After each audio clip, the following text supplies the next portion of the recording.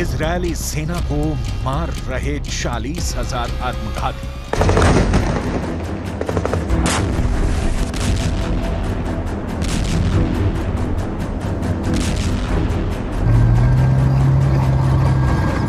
रूस यूक्रेन जंग से कई गुना क्रूर और खौफनाक जंग इस वक्त गाजा पट्टी में चल रही है।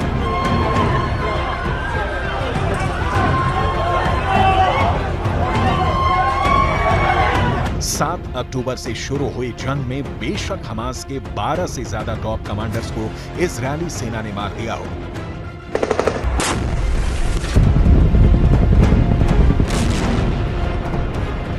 लेकिन हमास ने भी इजरायली सेना के 30 के करीब सैनिक और कुछ कमांडर्स को मार गिराने का दावा किया है।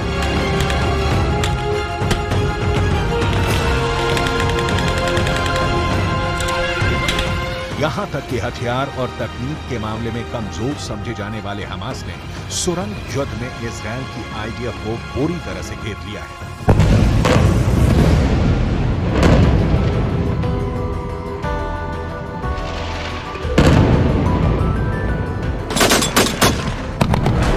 जंग में हमास के 3,000 के करीब लड़ाके मारे जा चुके हैं।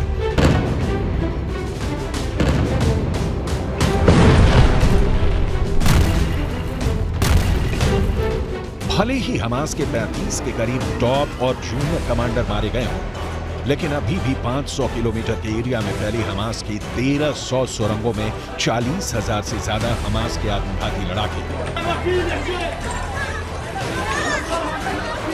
इजरायली सेना पर बहुत बड़े हमले करने के लिए तैयार बैठे हैं।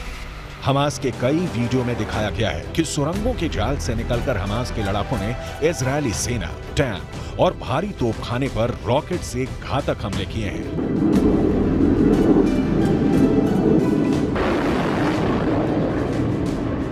हम आपको दिखाने जा रहे हैं कि कैसे 29 अक्टूबर के बाद से अचानक हमास और हिजबुल्लाह मिलकर इजरायली सेना पर जबरदस्त पलटवार कर रहे हैं।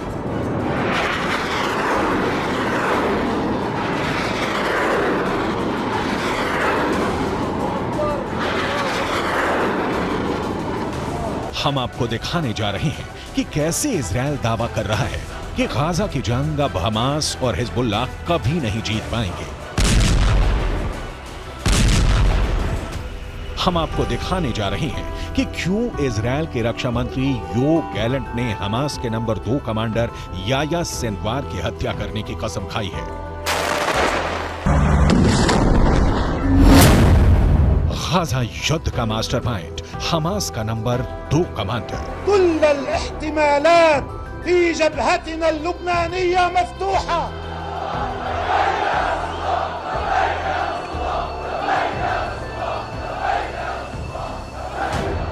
ये बिल्कुल साफ हो चुका है, हमास और हिजबुल्लाह निश्चित तौर पर एक बार फिर से 7 अक्टूबर जैसा हमला इजरायल पर करने की जबरदस्त तैयारी कर रहे हैं।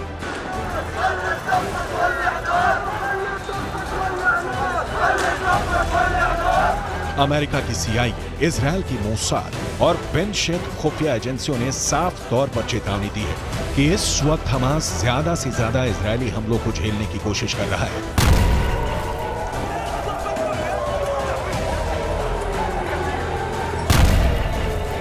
असल में हमास आने वाले दिनों में हिजबुल्लाह के साथ मिलकर इजरायल पर बड़े हमले की तैयारी कर चुका है।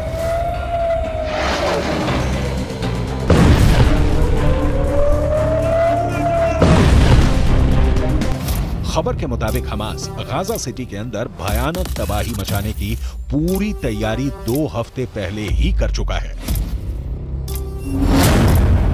इजरायली सेना को मार रहे 40,000 आत्मघाती।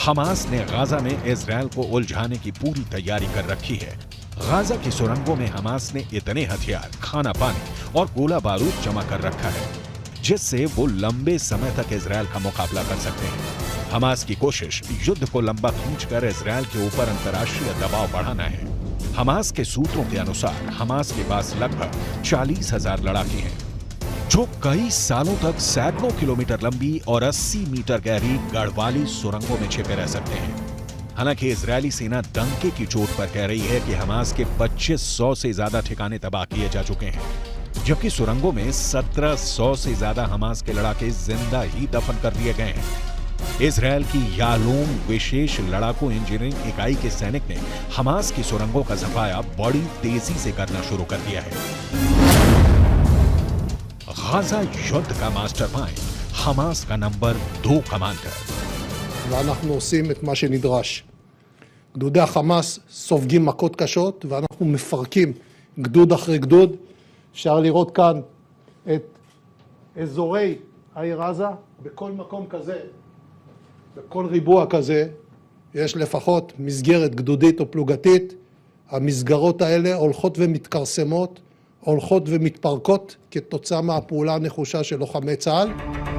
इजरायल के रक्षा सचिव यो गैलेंट, इजरायली सेना के chief of defence staff Herzi Halevi, IDF के ब्रिगेडियर जनरल इत्जिक कोहेन का साफ कहना है कि हमास को गाजा पट्टी में अब दोबारा कभी घुसने नहीं देंगे और ना ही अब गाजा में कभी भी हमास का एक भी लड़ाका या नेता जिंदा बच पाएगा।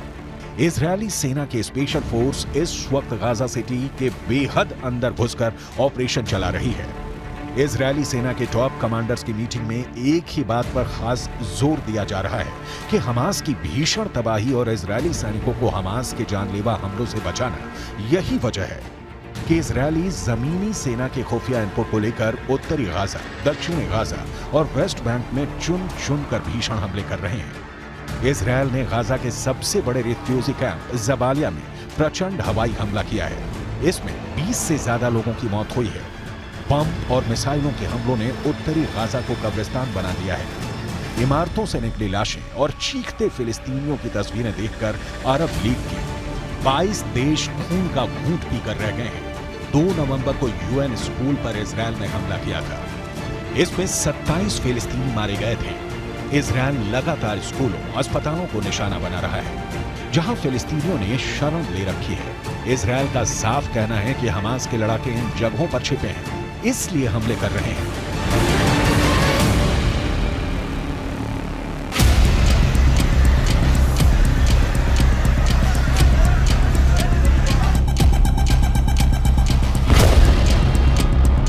इधर इजरायल ने गाजा पट्टी में भीषण हमले किए हैं, जिसमें से एक हमला अल शिफा अस्पताल पर हुआ है।